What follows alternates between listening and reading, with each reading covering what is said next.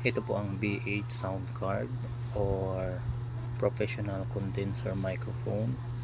Ito po ay is one set na po ito. Ang ano nito pagbili nyo, kapag bibili kayo nito is buo na siya, nandun na siya lahat at i-connect nyo na lang. So, napakaganda nito para sa pag-create ng ating mga video at pagka nagre-record tayo ng ating mga video or music natin. Napakaganda nito. Ito yung kabuuan ng image ng ating B8 at ito naman yung sa likod. Ganito yung mga saksakan nya. So lahat yan i-connect nyo lang at ito naman ay ang mga sa harap nya, mga connection. Ito naman sa mic, tsaka ito naman yung mic. Kukonek na lang natin to, sasaksak natin yung cable papunta sa galing sa microphone papuntang likod sa V8. So gagana na yan. Tapos i-connect na lang natin yung cellphone natin. So ganoon lang siya kasimple.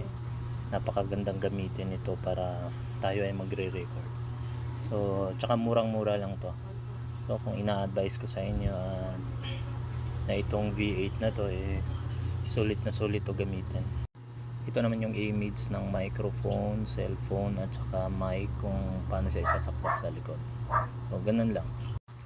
Kung gusto niyo bumili ng mga ganitong equipment, pumunta lang kayo sa aking shop store. Nandyan yung link. Pumunta lang kayo at pumili na lang kayo ng aking mga binibenta doon.